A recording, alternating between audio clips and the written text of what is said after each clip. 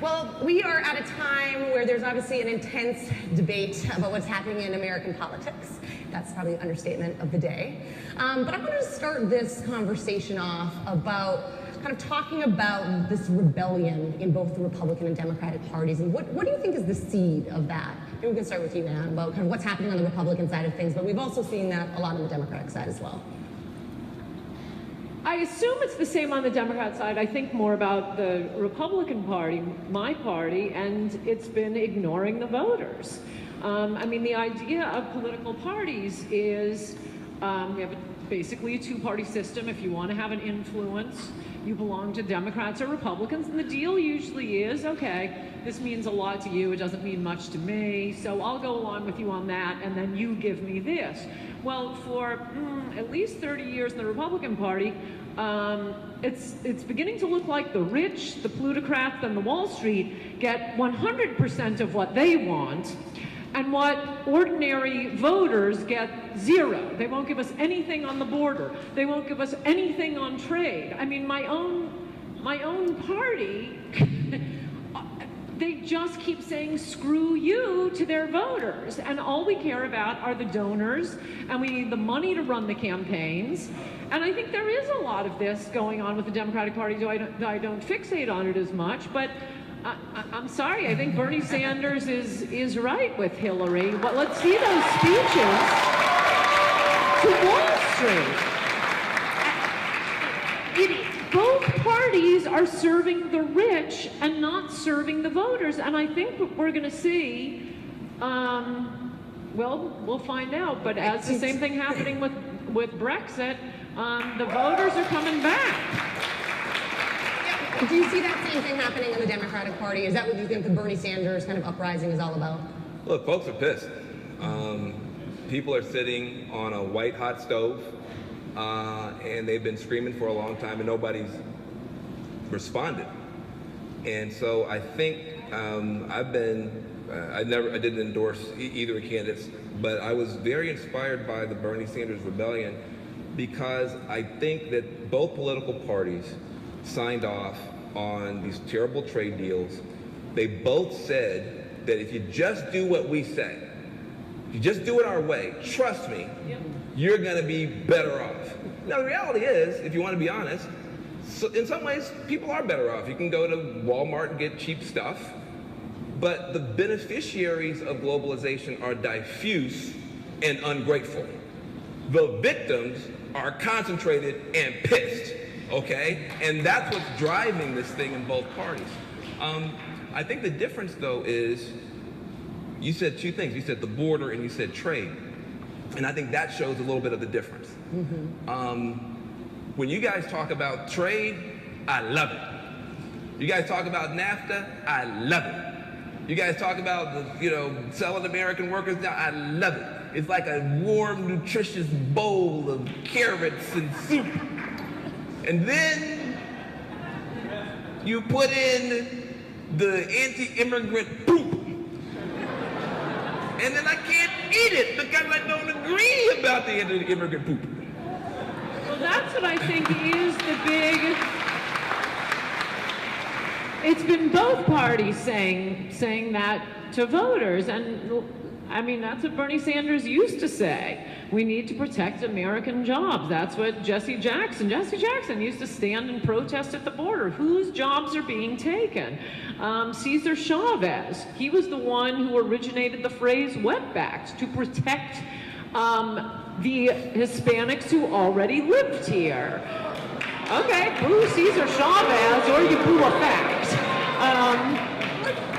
And as soon as Bernie started running for president, I would have agreed with him. I mean, if Trump hadn't come along on trade and on immigration, because he wanted to protect American jobs for the working class. And then as soon as he runs for office as a Democrat, and this is often what happens with both parties, well, okay, sorry, now you have to go speak to La Raza, and now you're for open borders. And that's exactly what happened. 2 weeks after he announced, he spoke to La Raza, changed his position 180 degrees.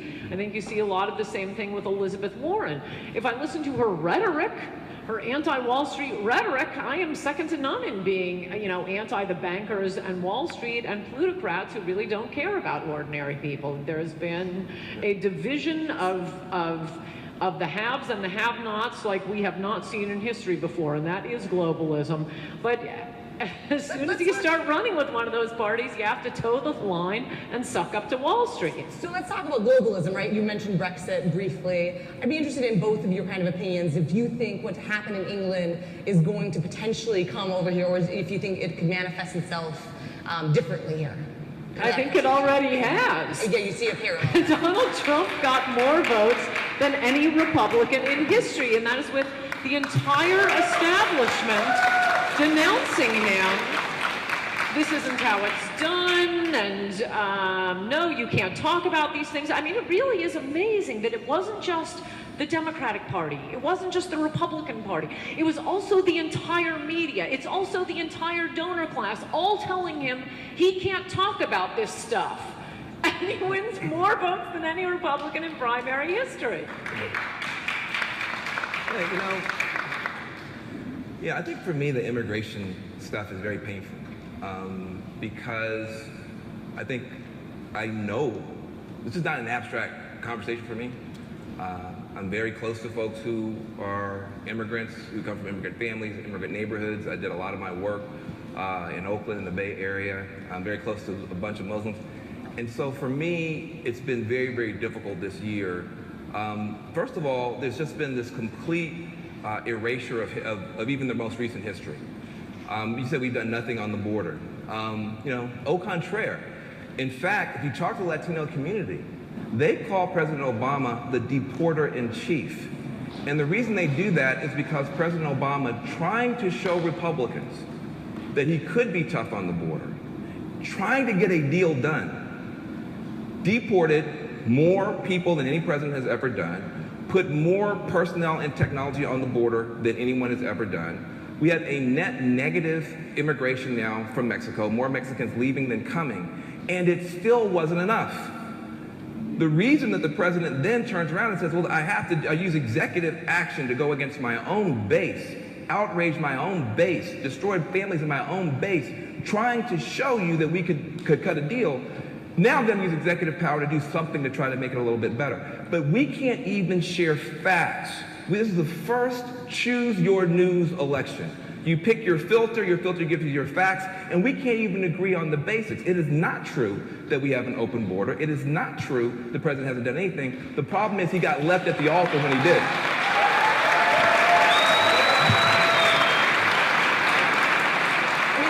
Speaking of this, immigration action was big this week with what happened with the Supreme Court. It was a huge blow to Obama's executive action policies, effectively blocking the programs for the rest of his time in office. What is your reaction to that ruling? Were you surprised by it? And what impact do you think it was going to have here in the election? I think it'll probably help Donald Trump. I mean, the Brexit election, it wasn't about the trade deals. They can make the trade deals they want to make. Brexit was about immigration. Trump is about immigration. And it's not about not liking immigrants. Nobody's out immigranting me, especially with the Muslims. The point is, these are people who are already here. It isn't liking Muslims or liking Hispanics. It's do we take care of the people who already live here? And bringing in more and more immigrants, and no, he is not the deporter-in-chief. I know this is very big at the Huffington Post. What they did is they redefined what counts as a deportation. Up until Obama, a deportation meant you were in the country, they caught you and deported you. Obama started counting, turning them away at the border. Well, okay, this is like changing the grade. A passing grade is now going to be 40 instead of 70. And look at all the kids who have passed. So they changed the definition of deportation. Look, the immigrants who are already here are going to be a big part of the vote for Trump. They're the ones whose wages are being driven down. It's not you, it's not me. It's probably not a lot of people in this audience. No, to the contrary, you're very happy because you get such cheap mates. and they're so docile. And you have your chef, and even in LA you have pool boys even if you don't have a pool. No, this idea that you are the ones who are speaking for low-wage workers is preposterous. These low-wage workers would like a little less competition for their jobs. It is stunning how the very rich have gotten so much richer, and wages, especially for the working class, have been flat for 20 years. Well, they'd like their wages to go up. If we're going to bring in more immigrants, I want them competing with senators, congressmen, journalists, TV pundits, lawyers, not competing with, the guy who does your landscaping.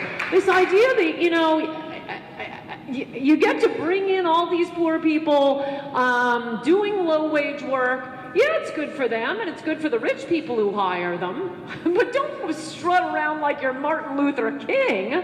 This is good for you. It's bad for your mate.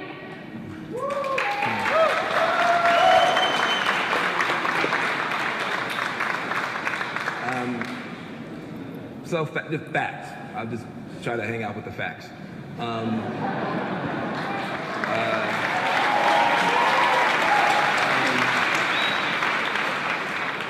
You said that the immigrant existing, I guess, Latino community is going to be the one that stands with Trump because he's so tough on their cousins and their friends.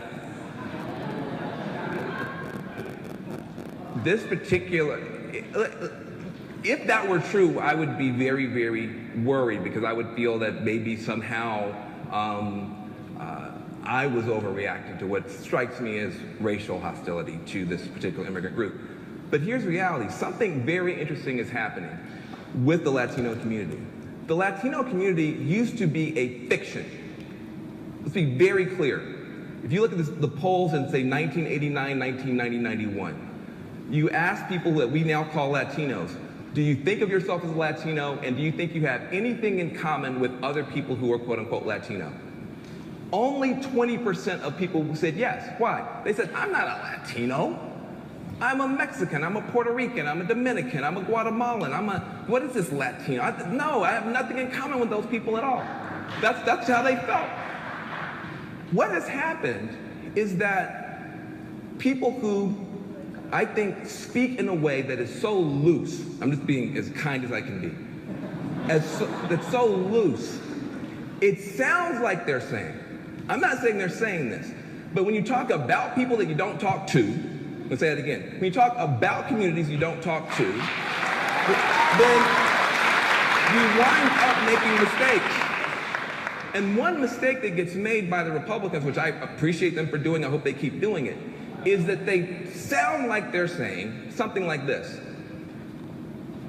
All Latinos are Mexicans. All Mexicans are immigrants. Most immigrants are illegal or undocumented. And most of them are rapists and horrible people. But now that's not what they mean to say. But when you talk about people that you don't talk to and you don't course correct for the reaction, now what's happened is more than 50% of Latinos say, guess what? We are a community now. They have been pushed into this identity. Democrats could not do this. We're not competent enough. Democrats are not good enough. This is not PC.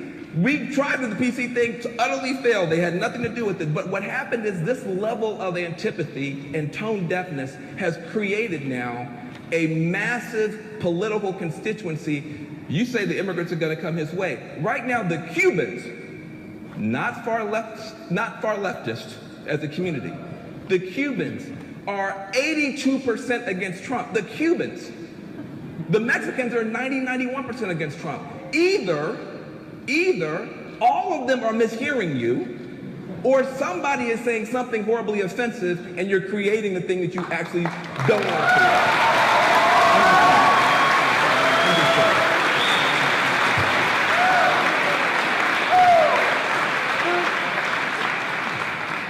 First of all, you claim that I'm not talking to these people who go around calling themselves Hispanics. No, I think that's mostly social justice warriors. I do talk to Cubans, Colombians, Dominicans, and Puerto Ricans. And the idea that they do not see themselves as Cubans, Dominicans, Puerto Ricans, Mexicans, and so on is absurd. My argument is not that suddenly all of these groups are going to vote for Donald Trump. It's that you are not helping them.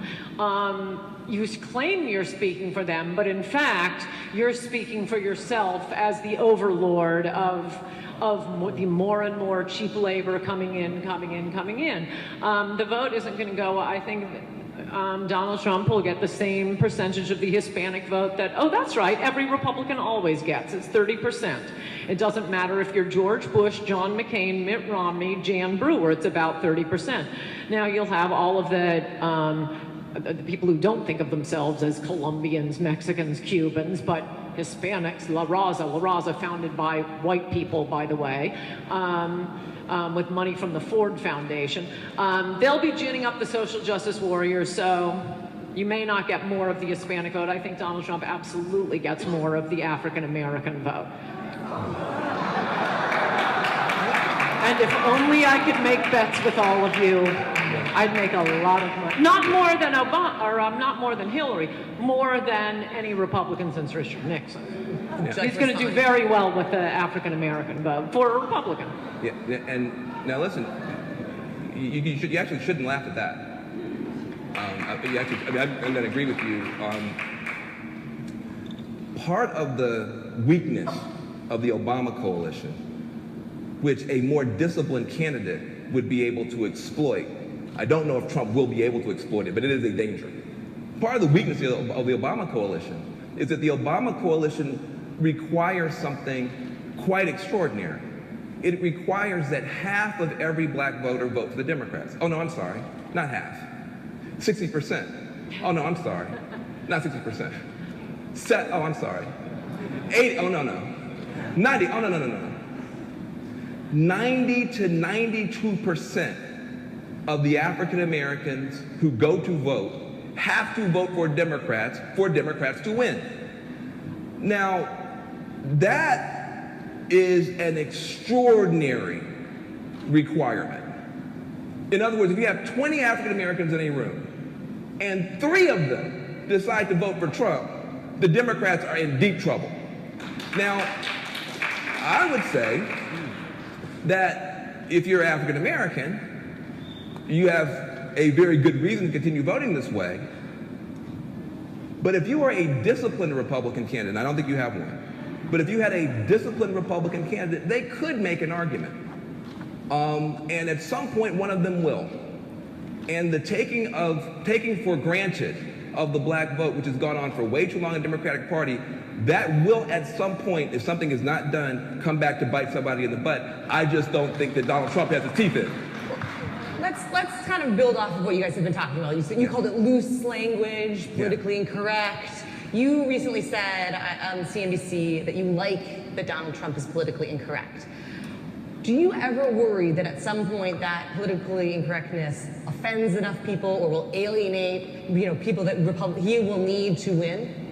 No, and that was I just want to, this is a small point, but it always annoys me when I get misquoted this way. I was asked, not by you, I saw the headlines too. It was sent out by CNBC saying, Coulter likes that Trump is politically incorrect. I was asked, do you think this is a problem or something like this? And I said, look, I like that he's politically incorrect, but that's not why he's winning. He's winning because of immigration. That is the issue. And it's weird that that a sentence can be changed that way, just as, when Trump, after the Orlando shooting, he sends out a tweet responding to someone saying, thanks for the congrats, but I don't want congratulations. We need to be strong. And all over the media reports the words, but I don't want congratulations, as he's going around saying he deserves congratulations. Well, no, I'm sorry, that's just a different way, and it wasn't you, it was the CNBC headlines. So yeah, no, I don't think it's a problem at all that he's politically incorrect. I think that is a selling point. That isn't his main selling point. And no, I think he has proved that people are really fed up with political correctness. We do have a lot of problems in this country, and we need to be able to talk about things. I mean, it's just crazy with everything going on in the world and everything going on in this country that we actually have a one-week debate on whether the word schlonged is is it a vulgarity or not, and whether we can say prisoner, and whether we can say woman. And it's just become so oppressive that it's kind of refreshing and bracing to hear Donald Trump.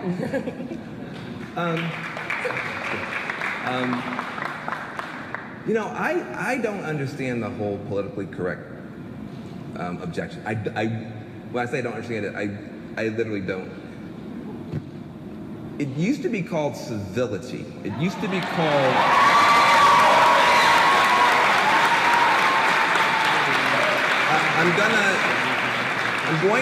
I'm going to try to speak in a way that I can be heard and listen in a way that you can speak, and it was called civility, and it's the price of civilization.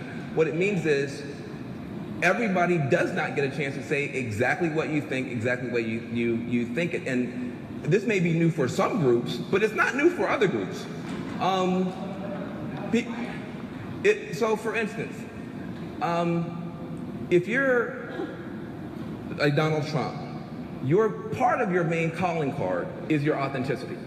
I am authentically angry about X and Y and Z, and I am going to throw off the shackles of not being able to express my authentic outrage. And everybody goes, well, that's refreshing. As if like that demographic has been unable to speak freely for 200 years. So, it's fine, I get it. But the scary thing about it is, if you want to be fair, if you believe in equality, you say, okay, well, here's the deal. You are, Mr. Trump, authentically pissed off and free to say whatever you want. But I've got 40 million black people, and we're pissed off. And there's 50 million Latinos, and they're pissed off. And there's 6 million Muslims, and they're pissed off. Now we're all just gonna go nuts, and guess what? Then you don't have a country. So the price of having a country is that all of us figure out a way to speak so that we can be heard, to listen so other people can speak, and that's called civility. It's only called politically correct when some groups insist upon it.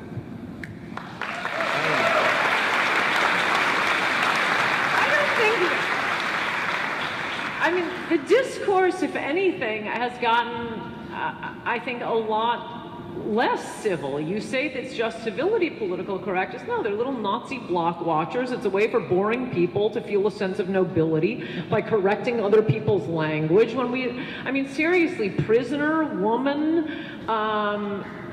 we've gone from, oh, and incidentally, one of now my heroes, Thurgood Marshall, always insisted that Supreme Court opinions describe African Americans, as we say now, or people of color, as Negroes. That was the appropriate civilized term. It was never used as an epithet. And the Supreme Court, it was all, if any of you are in law school or went to law school, it's always kind of a funny moment in the law school constitutional law class where some, poor little 21st century kids, after reading the opinions that are referring to Negroes, raises his hand and says Negro. But that's the way the Supreme Court opinions were written. And, we went from colored person, that's no good, Negro, that's no good, to African American, we get to person of color, so we take 50 years to go from colored to person of color. You just switch. It's just this way of being bossy, and yes, of course, most people want to be polite and civilized and have debates, but that's not what people are talking about when it comes to political correctness. I mean, look, here's where I agree with you, here's where I don't agree with you. I agree with you that some of this stuff can be annoying as F. I mean, it can be that way.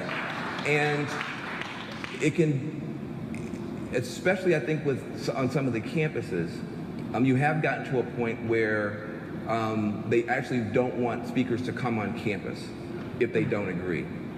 Now, I think that's wrong-headed. I think that's wrong-headed.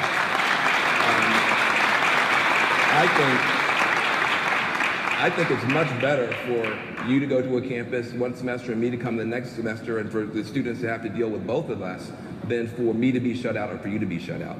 So I think it's much stronger on the left, this idea of, shut him down, don't let him speak. I think that's wrong-headed. I think it's dangerous. So I'm against that.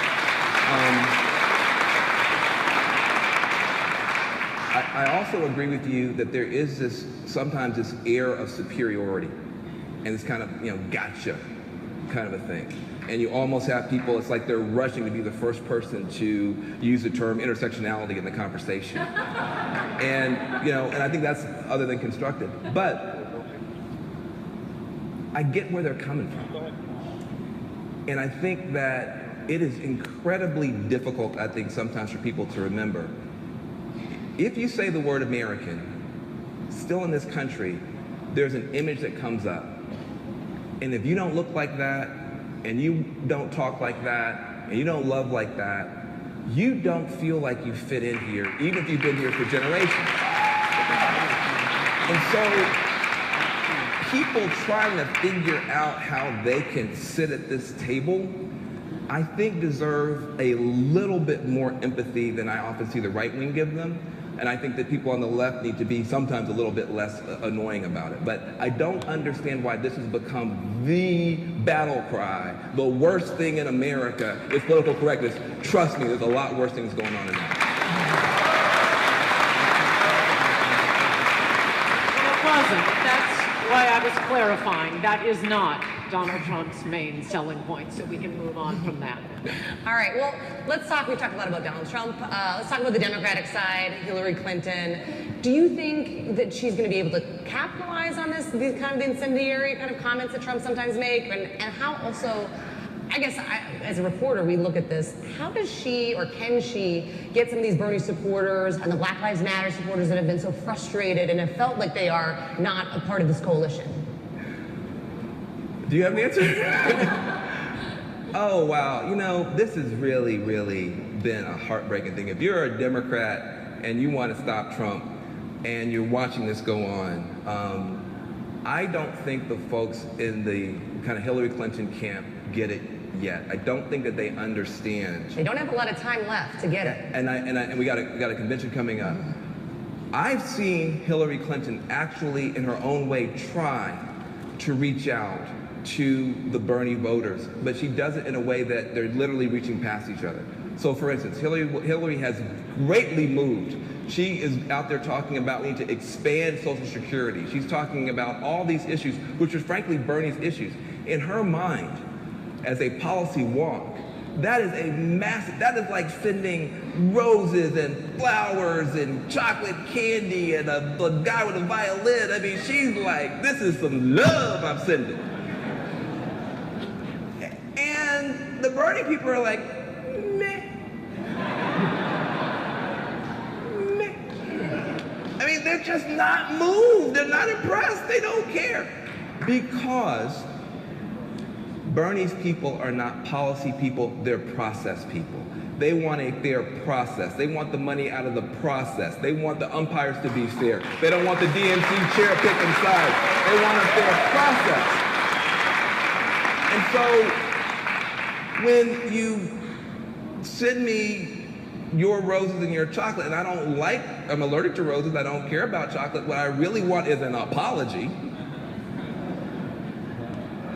It's hard to make that date work.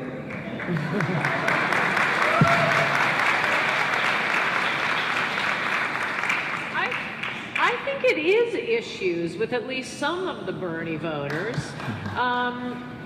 And it is the same issue that drove Brexit and that drove Trump, at least for the working class Americans. The social justice warriors, they're just empty-headed, bubble-headed college kids.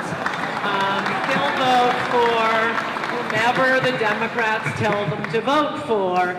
But the working class, I think they not the rhetoric of Hillary. I mean, come on, nobody doubts that she is 100% owned by Wall Street. I mean, consider the fact that Donald Trump is, as far as the first presidential candidate, and to raise it and talk about it in debates, that he wants to end the tax break hedge fund managers get. It's an outrageous loophole. It should have been closed the moment it appeared. But these people raking in billions of dollars are taxed at lower rates than your average middle-class American, because they just count all their income as if it's an investment. And just to explain this quickly, the rest of us have jobs doing what we do, you know, reporter, writer, TV personality. We make our money and then we give our money to a bank to invest for it. That isn't our job. So our investments get taxed at whatever it is, 15%. Well, these hedge fund managers, Warren Buffett's, they just count their job is to invest. They count all of their income as investment income. It's outrageous. It is unfair. I don't care how much money it brings in. A tax system has got to be seen as fair. Only one presidential candidate has raised that, and it wasn't Hillary Clinton. She was in the Senate for plenty of time. But no, she's owned by Wall Street. She's not going to change that. And to that extent, I think Bernie made a good point. Release those speeches. Release the transcripts of all those speeches you gave to Wall Street firms and got paid a lot of money for. Talking about taxes, obviously Donald Trump has taken a lot of flack for not releasing his. Do you think, I mean, have you called for him? Do you think it's important for him to? Not at all. Ooh. No, the only people who care are people who hate him, and they're doing it to taunt him. He has a perfectly good reason. Wait, I'm sorry, hold on a second. You just literally moments ago, in the universe I inhabit, I can explain. Talking about the importance of tax. No, of what the rate is that the government is asking. Right, and for your point of view, just to make sure that's what the rate is. The overall system needs to be changed. Everyone knows Donald Trump is a rich man. Everyone knows, like anyone else, I'm sure he tried to take advantage of whatever deductions he could. He's in real estate. It's not going to tell us how much he's worth. Well, it's not a wealth tax, it's an income tax. And his reason for not releasing them is 100% true. He's being audited.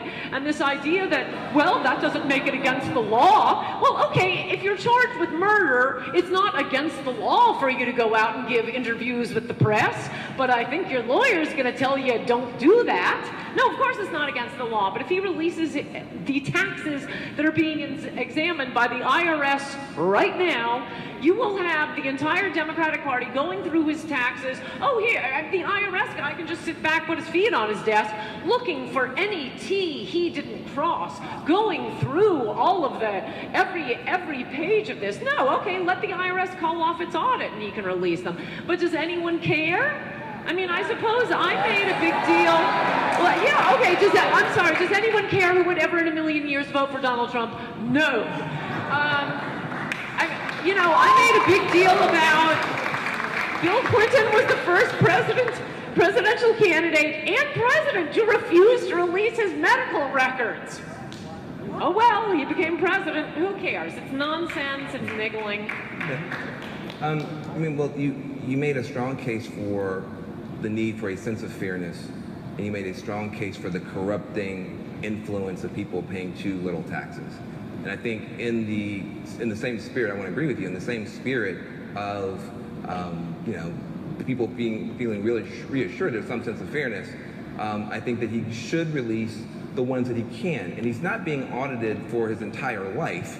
He's being audited for a couple of years. And so for the years that he's already done, I don't see the rationale. But I want to say a couple things about this. You are right that the people who are most incensed about this are the ones who are just most incensed anyway. Right. Okay, so that's fine and that's fair. But at some point, I just want us to be able to call the balls and strikes fair. I will tell you, if Hillary Clinton refused to release her tax returns, I would think that would be outrageous. I think it's outrageous that she won't release her transcripts.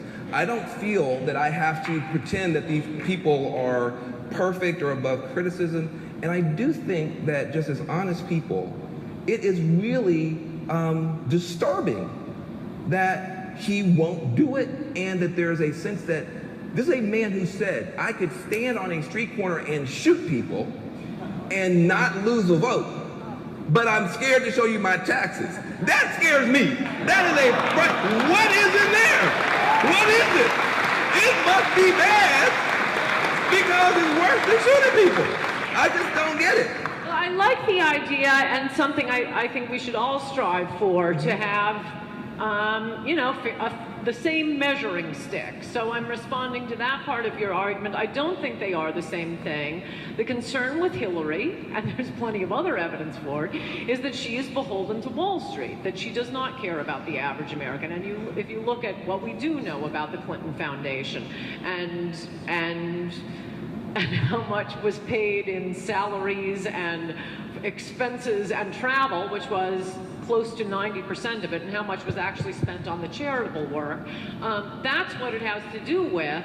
I don't need to see her tax returns particularly. I'd like to see what she said to Wall Street banks. I don't know what it is you think you're getting from Trump. I mean, the main complaint is, oh, he's not as rich as he says he is. I don't think anybody cares about that. Or as charitable. He's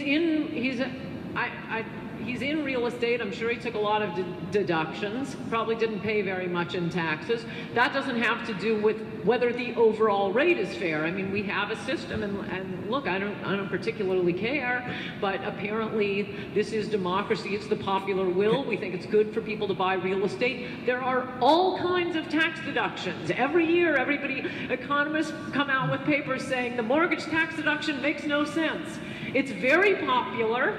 It's not going away. So yeah, there are a lot of tax deductions if you're in real estate. I'm sure that's there. I just don't think it's proving anything that anyone actually needs to know about Trump. We know he's rich. If you don't think he's rich, okay. I'm sure he had a lot of tax deductions, and it's not about the overall rate the way it is with hedge fund managers. You said something that I wanted to say something nice about the Clinton Foundation. It's almost like Democrats and liberals are scared to say anything about the Clinton Foundation, which is bizarre because the Clinton Foundation has done incredible good in the world. I just want to say it's done like scary amounts of good in the world because it has a particular model. And I just want to describe the model because if you had a normal operating foundation, which it's not, if you had a normal operating foundation and it gave 90% of its money to its employees, do you know what that would be called? A criminal enterprise, and everyone in there would go to jail. So clearly that is not what we're talking about. The Clinton Foundation is not an operating foundation. The Clinton Foundation is much smarter than that. What happens, I'm just gonna be honest, we're all friends here. What actually happens is Bill Clinton frog marches all these rich people into one room. And he stands up on the stage, and they think something good is going to happen to them. And while they're standing there, he drags some poor group that's helping, like, dying girls in, Kenya someplace. And he says, you are going to give this group $1 gazillion. And the person says, yes, I will, because they're standing there. And so they write the check, not to Bill, but to the group. It's a big exchange of groups that need money and people that have money. And Bill Clinton, I just want to say, you'll never hear this in the news. You will never hear this. What Bill Clinton has been able to do, and I have plenty of critiques of him as well, as many of you know, but please don't take this away from him. He has turned his post-presidency into a massive, almost orgy of good stuff. I'll use the term orgy advisedly, of good stuff.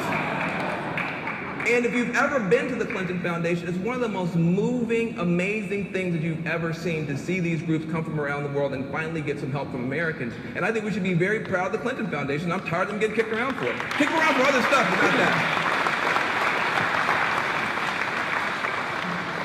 Well, we are going to get the hook here in a few minutes, and we had a lot of difference of opinions, some coming together on a few things. But I wanted to see if we could find one bit of commonality and kind of have you guys get your crystal balls out for the next 6 months. Is there anything that you think can get done in Congress, with the White House, in terms of, there's a lot of talk of criminal justice reform, other things that you think Republicans and Democrats might actually become together on? or just no? Generally lame duck years, nothing gets done. Very optimistic. Yeah. Trying to think if there's some way the two parties could get together and screw America before the election, but it's not coming to. It's highly unlikely. There are some signs though that something good could happen after the election, and I'll give you three things. Number one, the opioid epidemic. Actually, I was very proud of the Republican candidates who went into places like New Hampshire and Ohio, where a lot of people are taking pills that doctors gave them and then dying because this opioid epidemic is so out of control. And rather than the Republicans, I'm giving you credit, rather than the Republicans blaming Not my Republicans. Well, rather than blaming them and saying you're a terrible person, they said, listen, we got to come together and do something about this. I thought that was a very, very healthy sign and a very good sign. I also think that criminal justice reform overall is very, very helpful and positive place of common ground. And actually, Newt Gingrich has been showing incredible leadership on that front, as has the White House. That's been good to see. And then the last thing that I'll say is, there are very few people in American politics that I can say I actually hated. Like, I'm a good Christian kid, I try to love everybody. But there was one person, and it was Paul Ryan. And the reason I hated We agree! Notice I said the past tense. Yeah. The reason I said I hated Paul Ryan was because in the middle of the 2012 campaign, he said, we have two kinds of Americans, the makers and the takers. And he divided the country. So if you're a disabled veteran, you're a taker. If you're a single mom who has to have food stamps to feed your kid, you're a taker. And I said, somebody who says something like that should be disqualified from ever being near the White House. And I literally wrote that, his quote, on a Post-it, and I put it on my laptop. And whenever I got tired in 2012, I'd read that and I'd get a burst of energy. Paul Ryan, I'm not joking, but Paul Ryan, I think showing an example to both parties, came out and said that was wrong for him to say.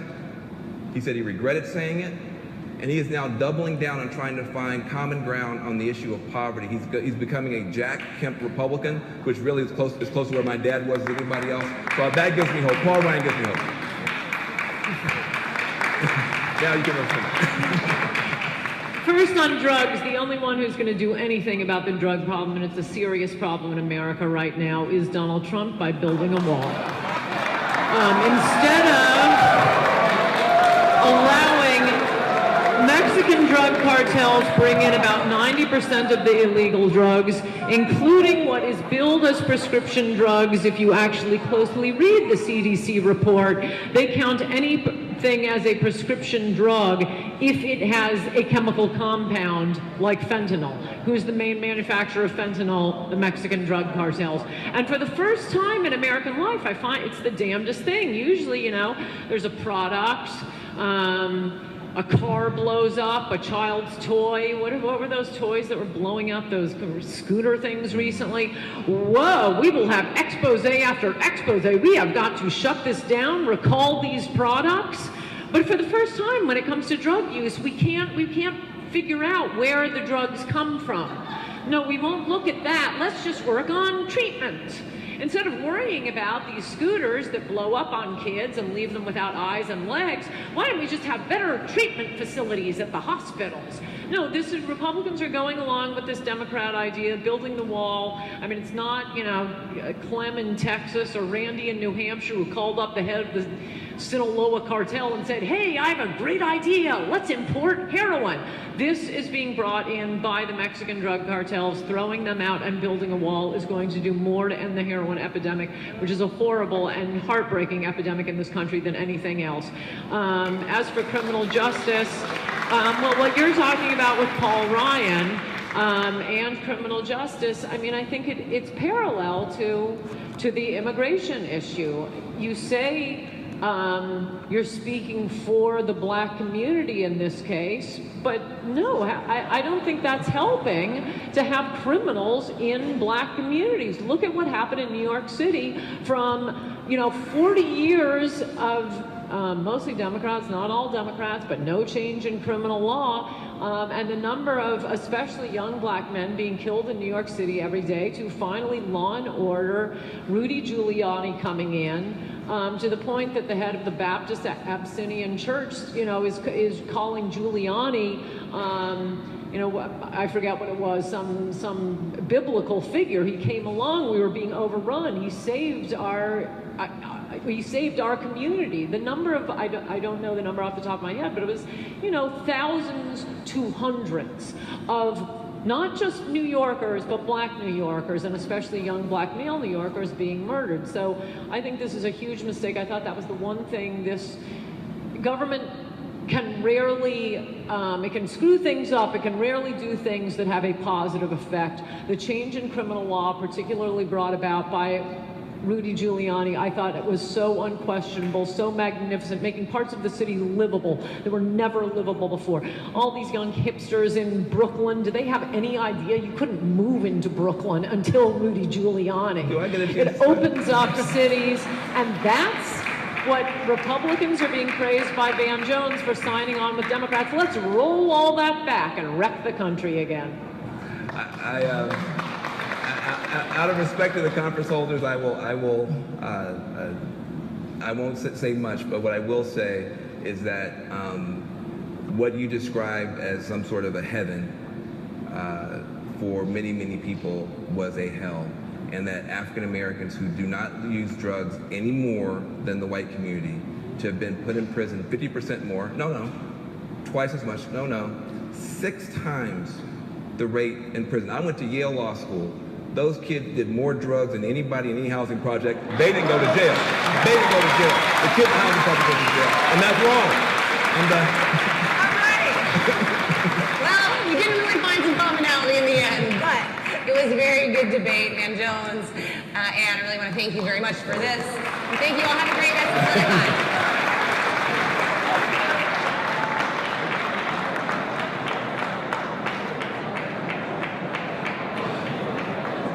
Ladies and gentlemen, we'd like to ask you to